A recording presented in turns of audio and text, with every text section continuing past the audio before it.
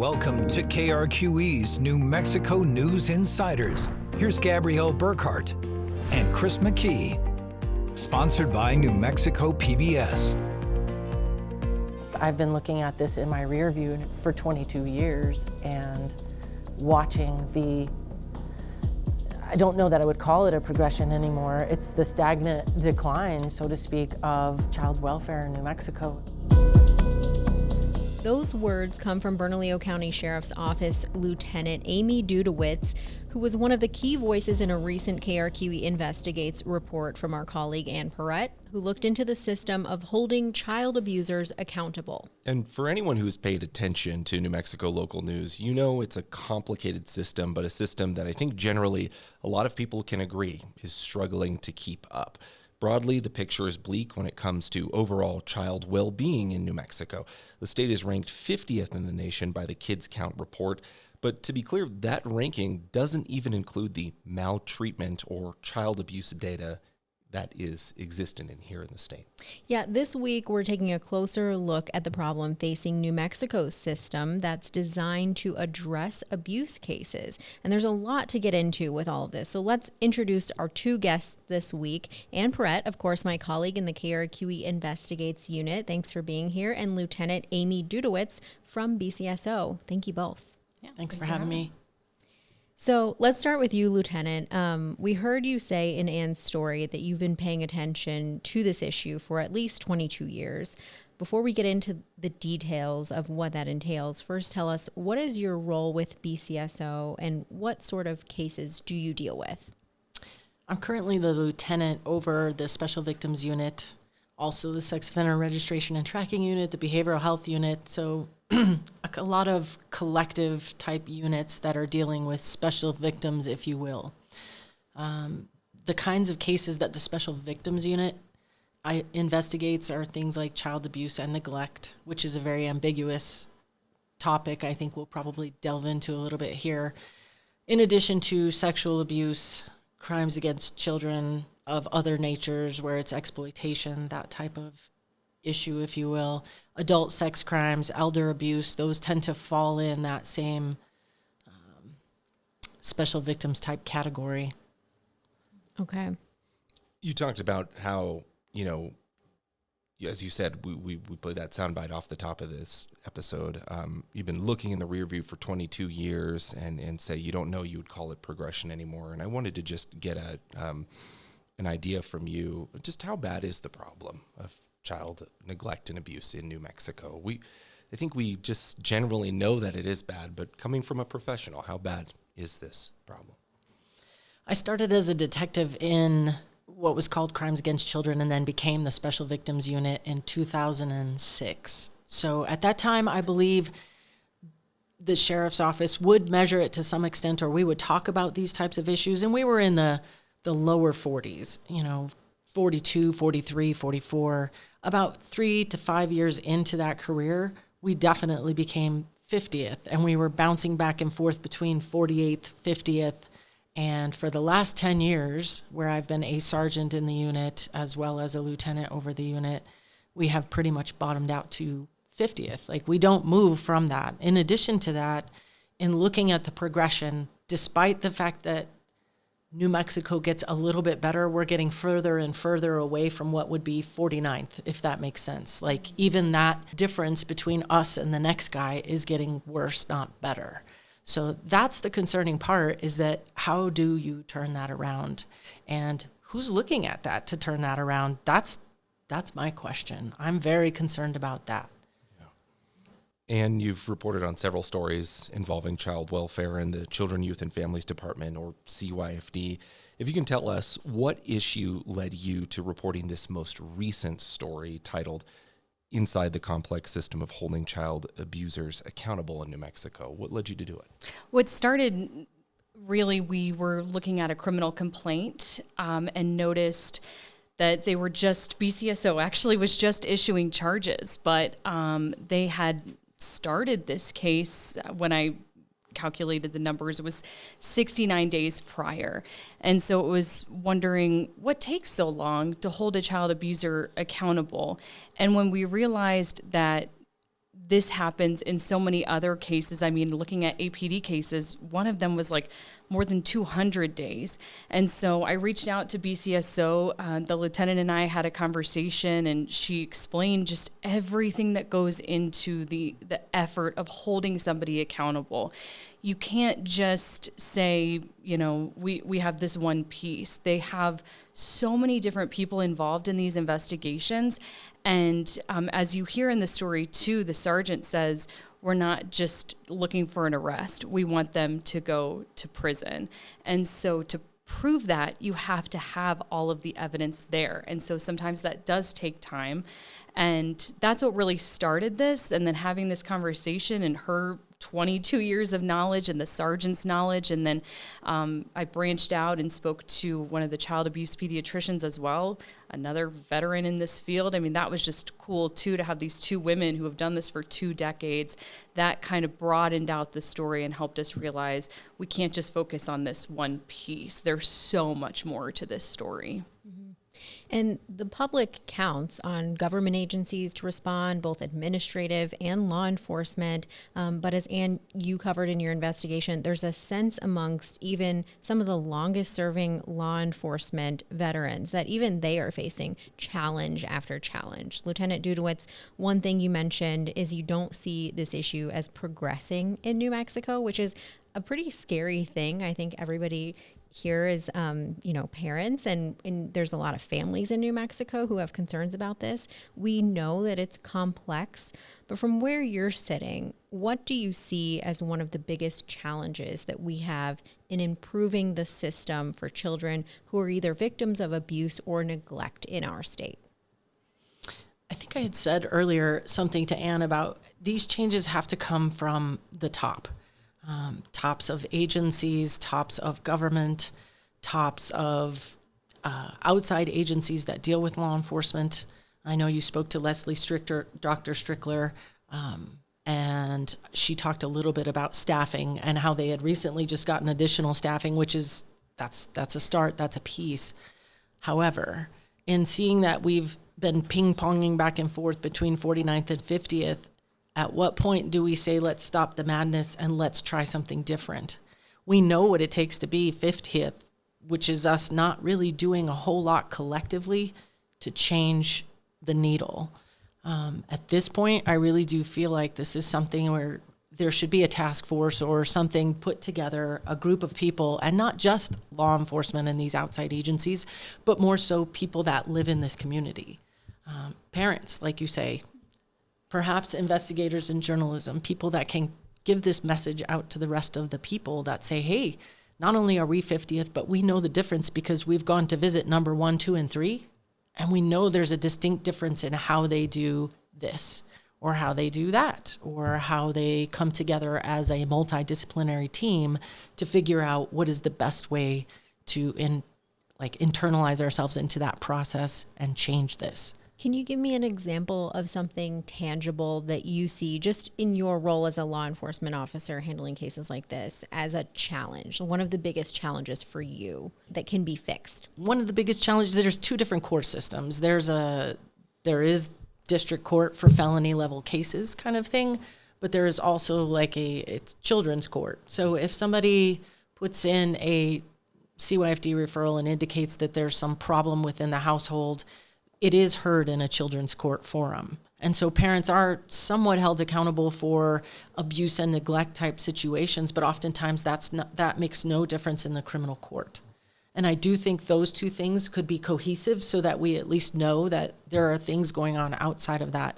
The parents have been offered some sort of service previously and have either done a good job in focusing on that and trying to improve the situation, or they've completely ignored it, in which case that does change our perspective a little bit when we come in to a felony level case after the fact, a criminal matter, if you will.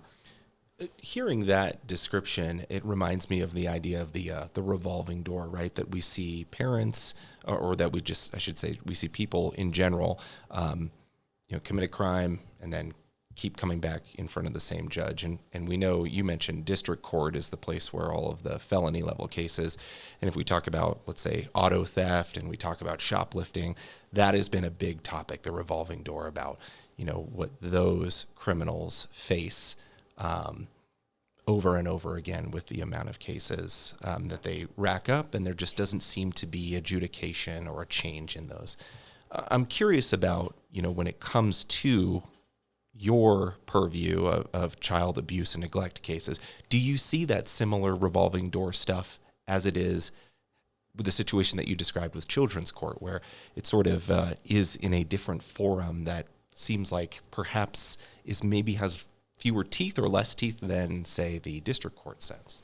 I would say absolutely we see that every day. But what's interesting about what you say is that have we not all heard about auto theft, shoplifting, and we have targeted those types of crimes and those types of scenarios locally? At least our local law enforcement, our local district attorney's office have definitely come together and created things like a task force to say, what can we do to make this situation better? And I have seen that those types of crimes have definitely come down a little bit, or there's been a lot more attention placed on them, such that the public is feeling, and I don't want to say inspired, but the public is definitely feeling like maybe we're changing something there. That isn't happening. This is the first time I feel like we've really sat down and talked about this outside of the occasional, and I hate to say Omari and Victoria Martins, but these are the cases that we talk about, and that seems to be the only time we come together about this, and it's this overwhelming issue, as opposed to, I don't think people realize that the same people that are maybe committing auto theft over and over again, when we target them, we find them. Well, oftentimes what we find when we look into a Victoria Martins and Omari, a James Dunkley, is that this was happening over and over again. So potentially this task force type mentality, or larger agencies getting together and trying to come together or to the table with a solution, might be a better answer. To that point, I will say, we're three journalists who've tried to look into some of these child abuse cases. They're difficult sometimes because legally we're told, oh, the children's code, we can't give you such and such information. And so it's hard. But from your perspective, when you mentioned district court and then you have the children's court, are those two entities operating in silos, do you think? When you say they should be more collaborative, are the two talking to each other? Do you know what's going on in both of those situations? I don't, frankly.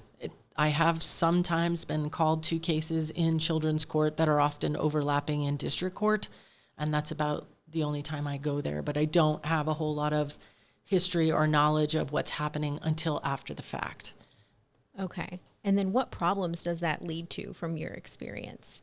I think the same problems that Anne was talking about when we've all been talking about this whole thing is that I had no idea that there was 14 previous referrals or that this was going on. And when we're talking about Bernalillo County versus the city of Albuquerque, obviously jurisdiction overlaps. And so it's really easy to not have all of the information or not have a clear picture of what's going on.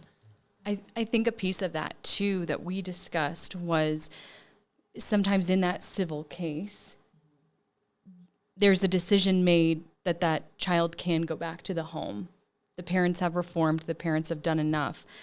But then on your side, you're saying, hold on, these are criminal actions, right? So you're seeing these children being placed back in the home by one court where you don't think that they're safe because the criminal case hasn't concluded yet, right? I know that we talked about that's happened more times than you would like to see.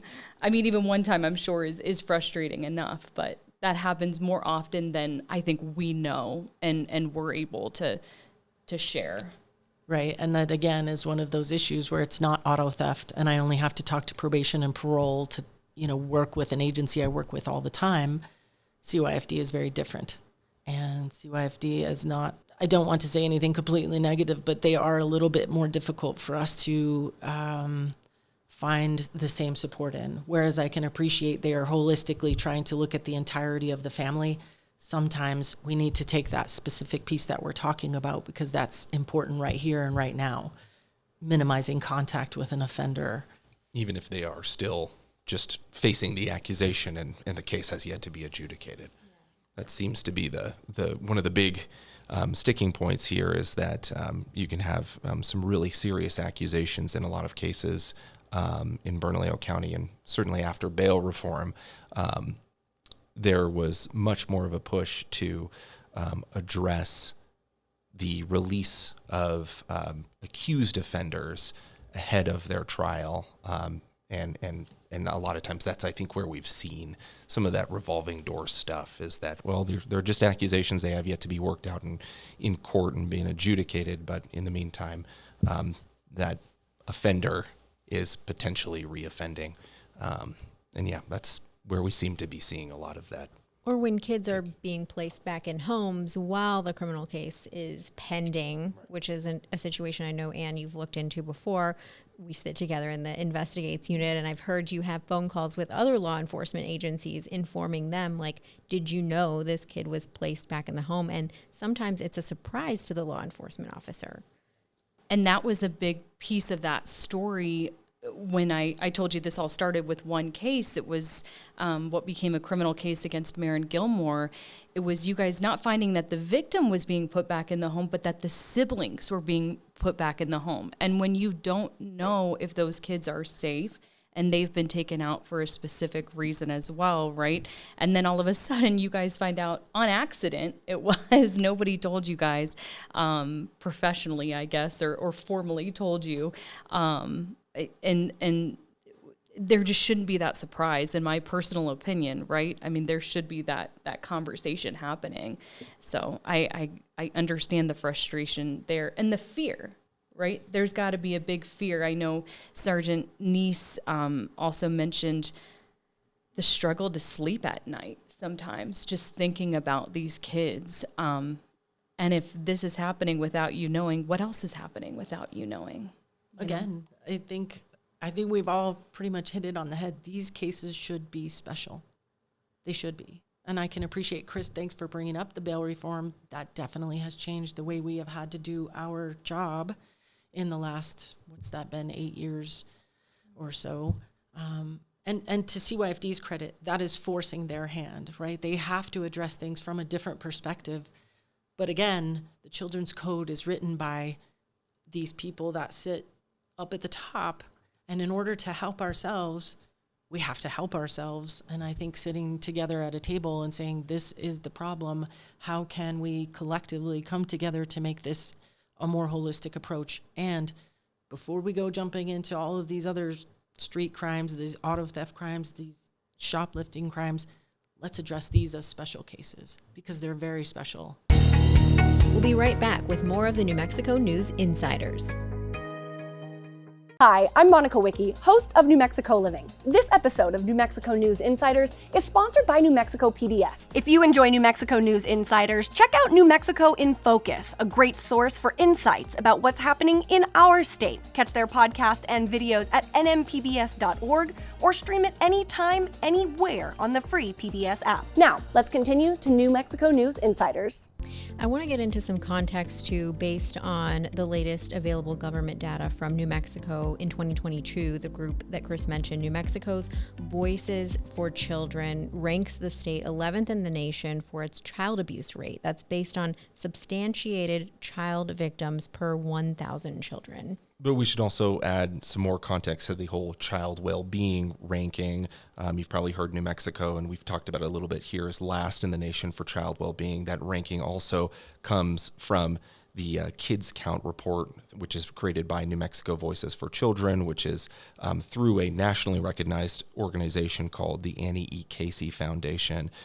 So that child well-being ranking, that is 4 factors really that go into that ranking. Those are economic well-being, education, health, and then finally family and community well-being. But as we mentioned, that ranking does not include child abuse data, but we certainly see that there is a link there, right? So when it comes to that data, with being last in the nation for New Mexico and child well-being, is that an indicator for any kind of child abuse data based on what you learned through your interviews, Anne?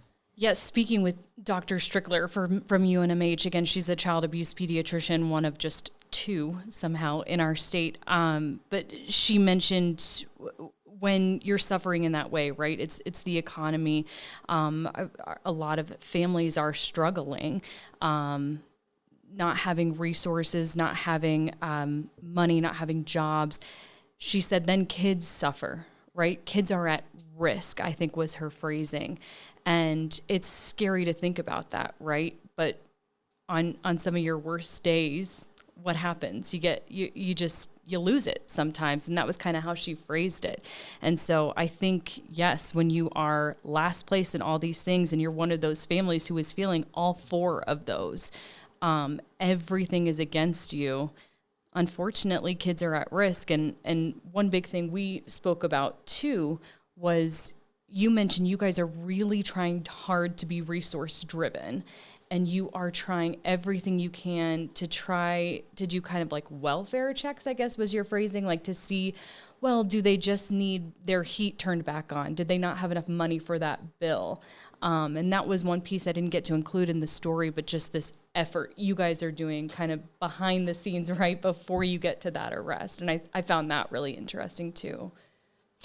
I think that does make the Sheriff's Department very special. We have a social work team, social workers that are currently part of our behavioral health unit. And that has enabled us to see this problem from a different perspective. We also have staffing that gives us enough people to go out and do welfare checks, if you will, on kids. We get these CYFD referrals, and they don't always look like they may rise to the level of a felony case, but they're definitely concerning on their face. Say a small child that hasn't been seen at school for 30 out of 40 days. Like, that's concerning. Like, what's going on with that child, right? Both Omari, Victoria Martins, they had an educational neglect referral in the system prior to anything happening to them. And these are considered pretty low-level things that CYFD doesn't really pay attention to until it becomes acute in nature. So consequently, the only people that are being given this information is law enforcement. And it's not quite a law enforcement problem, but law enforcement is going out and trying to address it. And certainly we're not trying to come at this from an enforcement perspective. We can't force you to do these things, but what is keeping you from taking them to school? What is keeping you from making sure that your child has adequate shelter, proper clothing, that type of thing? So our social work team has been instrumental in trying to offer these types of services to people. And I do think that makes a significant difference for our agency. And again, if we all sat down collectively, here's one of the things that's working. So can we invest in that and maybe provide more social work or social care, that type of thing, writing adjacent to law enforcement and trying to identify these problems as we see them? Perhaps that's the thing that makes the difference. Yeah. Mm-hmm. Lieutenant, also, can you describe how the nature of drug abuse in the presence of children has evolved over your time in law enforcement and how that may fuel cases of abuse and neglect? During my time in law enforcement, the methamphetamine statute was added, meaning if you are found to be using methamphetamine in front of a child, that is prima facie evidence of child abuse, meaning just because it's happening, that on its face is enough to make an arrest. Now, I think that came from meth labs in the early 2000s to 2010 era. However, fentanyl has changed the game, and frankly, you can overdose on one pill of fentanyl, and they're all different colors, and they look like candy, and that's a major concern for us, as oftentimes people that are drug abusers don't necessarily keep that away from their children. So we have seen some children be exposed to and or even having ingested fentanyl, and we've had a fentanyl overdose. We've had more than one fentanyl overdose in the last 3 years that has to have been investigated. Children. Yes, where they've gotten into, obviously it's not their fentanyl. And that's scary. That's really scary. And again, I think the decriminalization of a lot of things, and I'm not trying to take that away from anybody. I do think we need to look at all of these things together holistically. that is creating problems for our children. And I really do believe, going back to all of these smaller problems, if we take care of our children, we'll be taking care of many larger issues after the fact.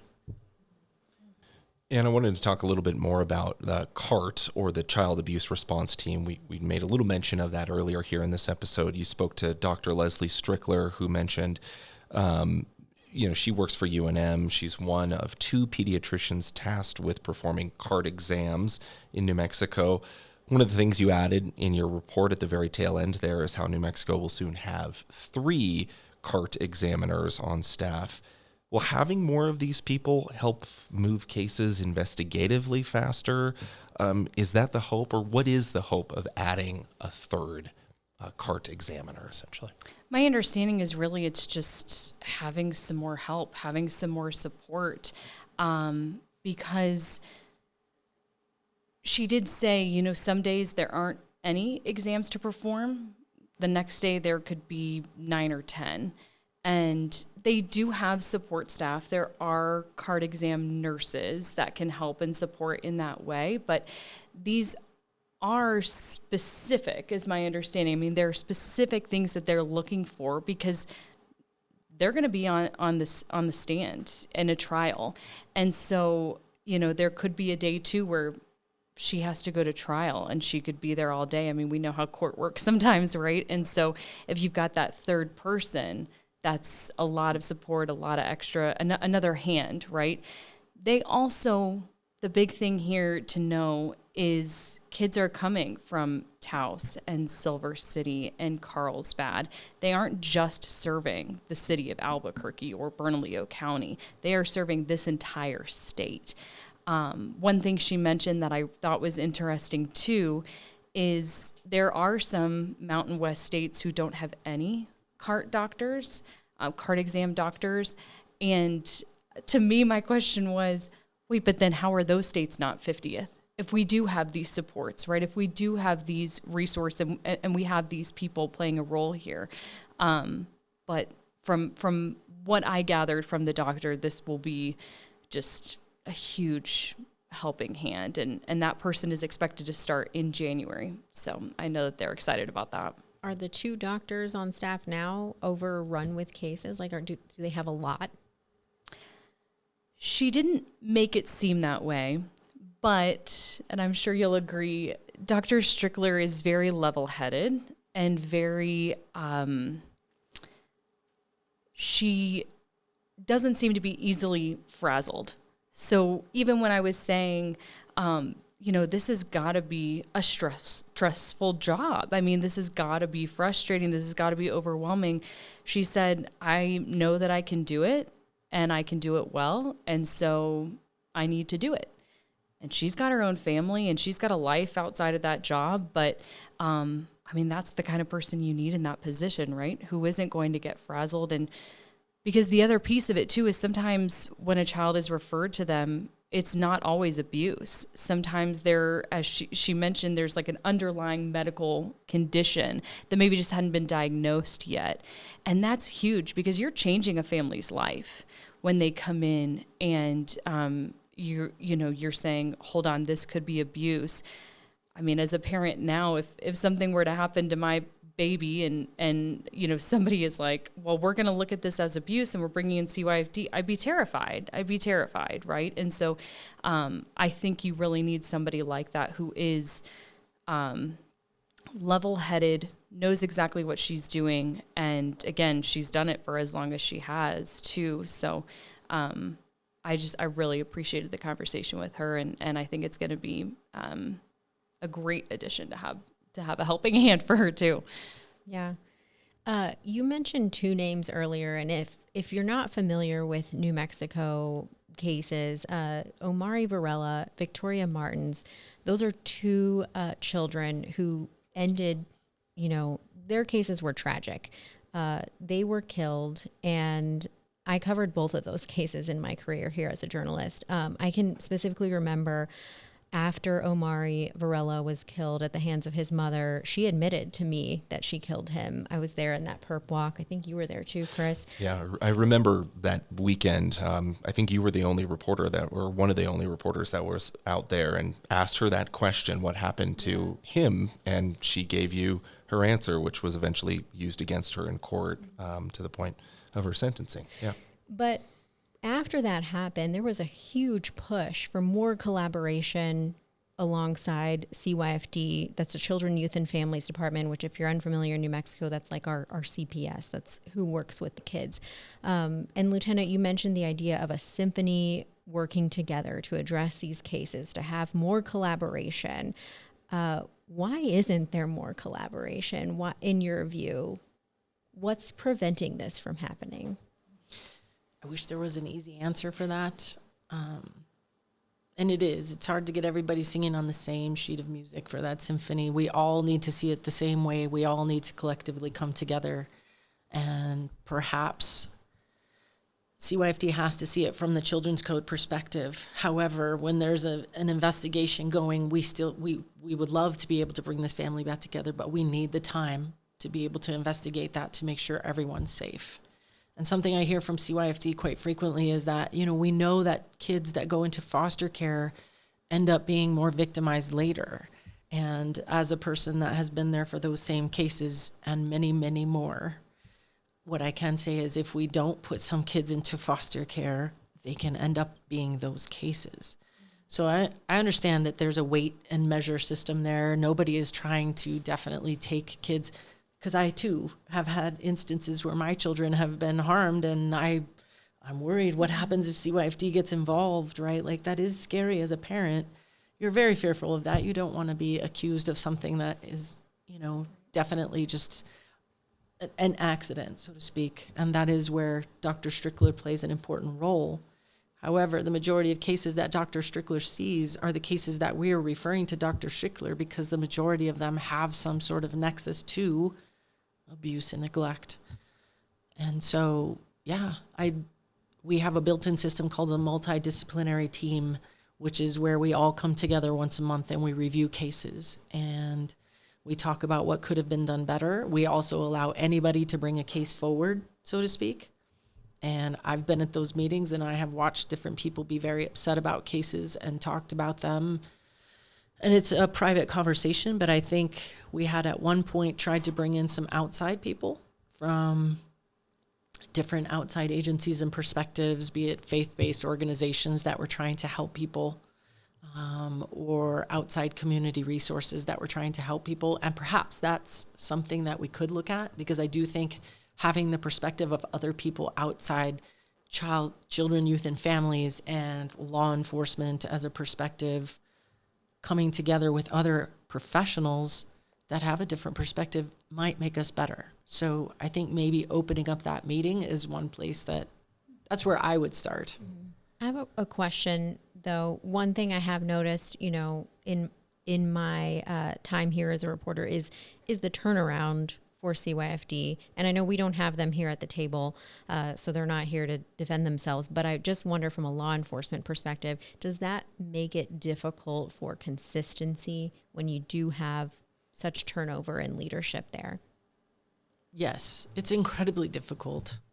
CYFD has changed a couple things in the past, probably 8 years. I think that we talked about bail reform. That has also been a driver of what is the difference between risk and safety. And as a law enforcement officer, I don't have the same availability to choose those two things.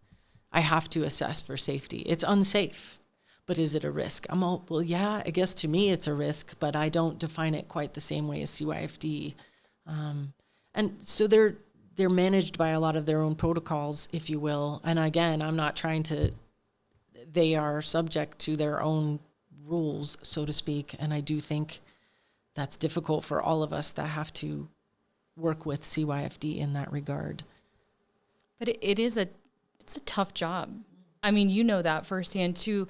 And what I thought was so interesting from our conversation was the efforts you're putting in to make sure that you have detectives who are supported in a way to be able to continue to do the job, because the things that they're seeing on a daily basis, the things they're hearing, it's horrific. I mean, we can't put it on TV. There's a reason why we can't put it on TV. So I know that you mentioned too, trying to find the right people and trying to make sure that your detectives want to stick around for the long haul too, because some of these cases do take time, right? And getting it through the court system takes time. And so I know that that's a struggle you guys are facing too.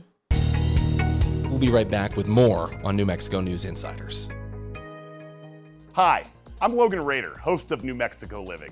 New Mexico News Insiders is sponsored by New Mexico PBS. If you like New Mexico News Insiders, learn more about New Mexico in Focus, a weekly hour-long show analyzing decisions impacting New Mexico statewide.